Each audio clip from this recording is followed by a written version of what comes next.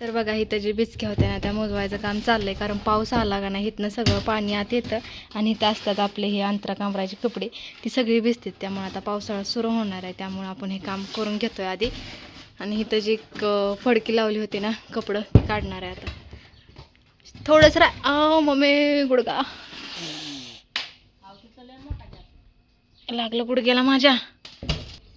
तर इकडचं करून घेतलं आणि बघा इथं पण अर्ध्यापर्यंत सिमेंट आणि वाळू होती का नाही ती लावून घेतली, कारण इथनं पण गोम वगैरे काही यायचं भीती असते. इतक्यावरनं तर काही टेन्शन नाही, पण एवढ्यापर्यंत तर. हाय हॅलो नमस्कार, मी काजल तुमचं सगळ्यांचं स्वागत करते माझ्या एका नवीन ब्लॉगमध्ये.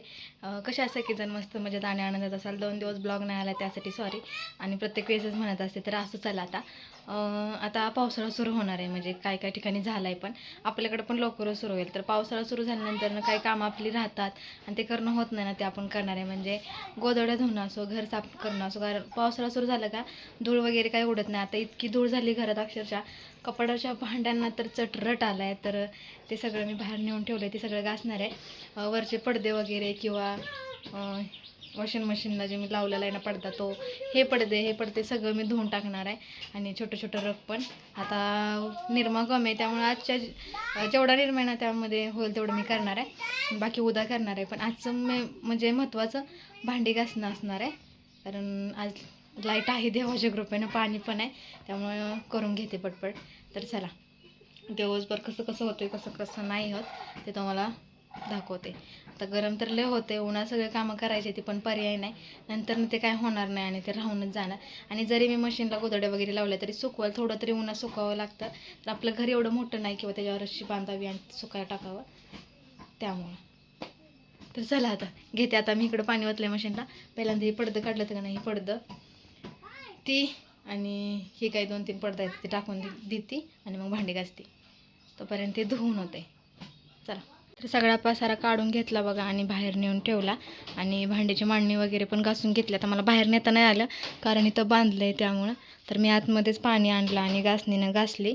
आणि आता बघा स्वच्छ दिसायला लागल्यानंतर इतका धुरळा बसलेला त्याच्यावर काय सांगू तुम्हाला. तर असं आता हे सगळं मसाला वगैरे बाहेर नाही नेलं, डबा घासून आणणार आहे आणि ते ठेवणार आहे.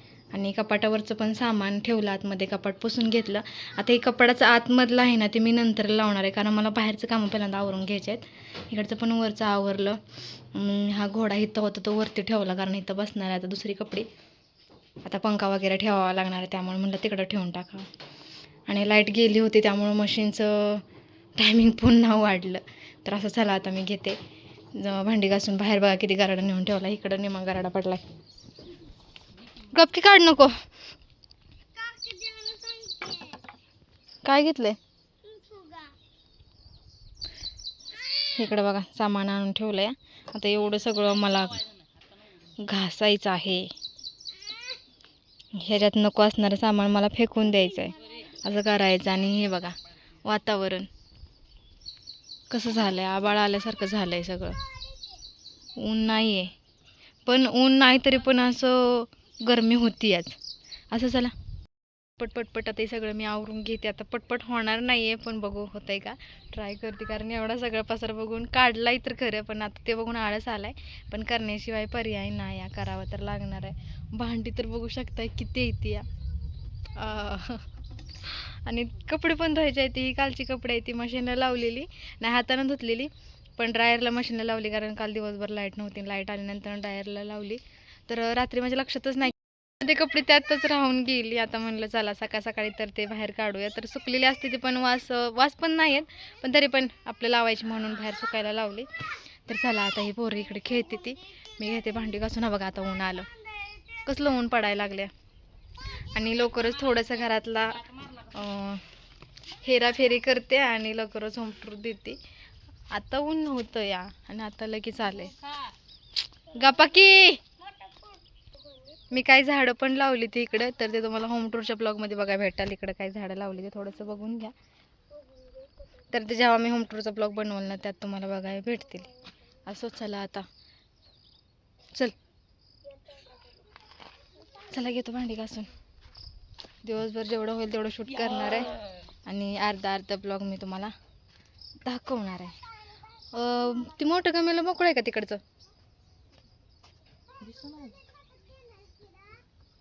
आंघोळ करायला आत नेला असेल. राहू दे. आता ही भांडी घासायला पाणी कशात घेऊ आणि सुकाय कुठं ठेवू काय कळ नाही. काय म्हणलं मी पण पाणी पिते थोडस. पाणी नाही एक घोट तरी भेटेल ना. पुसलं कसं दिसतंय कपाळाला टिकली नाही अवतार देखी मला काय आम्हाला प्यायचं आलाय ना तुम्ही. डबल कपडे बदलायचे येते का.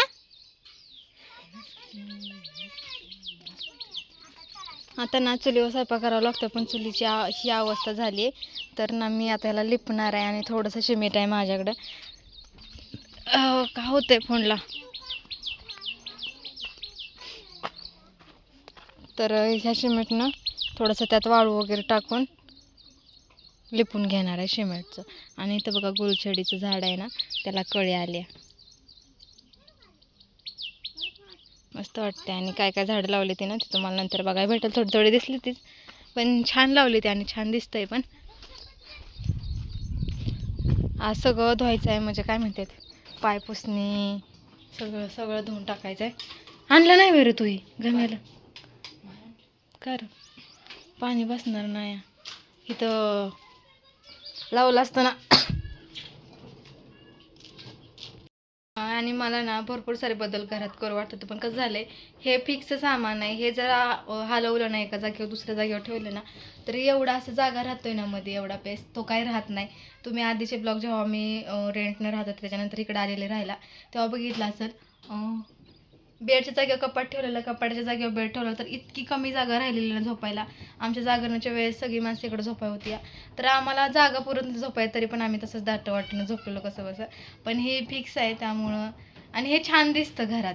हे सगळं सामान जागे होय ना हे छान दिसतं नाही तर मला मस्त आलटू पलटू करू वाटतं. आणि इथं पण म्हणजे असं वाटतं इथं बेड असावा इथं आणि हे स्वयंपाकाचं आहे ना ते तिकडं असावं. पण झालं असं इथं कट्टा करून घेतला आणि म्हणजे काय म्हणतात पॉईंट वगैरे काढलेत का नाही सगळं ह्याला त्यामुळे ती तिथली जागा फिक्स होऊन गेली. आता हलवलं का नाही मग डबल त्या वायरा फिरवा कधी कधी वायरा पुरत नाही त्या असा प्रॉब्लेम झाला आहे. तरी पण तुम्ही मला सजेस्ट करून सांगा की मी स्वयंपाकाची जागा बदलावी का. आधी ना आम्ही जेव्हा राहायला आलो तेव्हा पण असं होतं स्वयंपाकाला आम्ही इथंच गॅस मांडलेला आणि इकडे हे केलं होतं बेड ठेवलेला आणि भांड्याचं कपाट ते भरपूर लांब होतं त्या कोपऱ्यात आणि मग इथं स्वयंपाक करायचा भांड्या नाही तिकडं जायचं असं होतं. मग मी इथंच केलं म्हणजे भरपूर साऱ्या जागा बदलून झाल्यात माझ्या स्वयंपाक करायच्या. एकदा त्या कोपऱ्यात केलेलं पलीकडच्या फ्रीजच्या जाग्यावर खूप बदलले आता मला काय सांगू. असं आता बघू कसं करता येईल तरी तुम्ही पण मला थोडी आयडिया द्या कसं कसं करू. नाहीतर बाकी असं पण छानच आहे असंच आवडतं मला पण डोक्यात विचार येतात की असं केलं तर ते अजून छान दिसत. म्हणजे इथं बेड होता का नाही तेव्हा पण ना इकडची सगळी जागा वावराय भेटायची मस्त. कारण मग तेव्हा आमच्याकडे फ्रीज नव्हता. हो फ्रीज नव्हता वॉशिंग मशीन नव्हती ही पण मशीन नव्हती तेव्हा आमच्याकडं. तेव्हा भरपूर घर रिकामं वाटायचं इतकं रिकामं वाटायचं आहे ना. फक्त अख्ख्या घरात अडचण कशाची फक्त सोनूच्या पाळण्याची होत होती पण आता सगळ्याच गोष्टीची अडचण व्हायला लागली असं झालं आहे. चला जाऊ दे मी लय बोलते. तर आता हे सगळं मी घासून वगैरे घेते न लागणारं सामान फेकून देते आणि नंतर ना व्हिडिओ घेते पुन्हा. आता हा ब्लॉग असा बी 9 मिनिटाचा होऊन गेला आहे त्यामुळं असं पण जास्त मोठा ब्लॉग अपलोड होईना.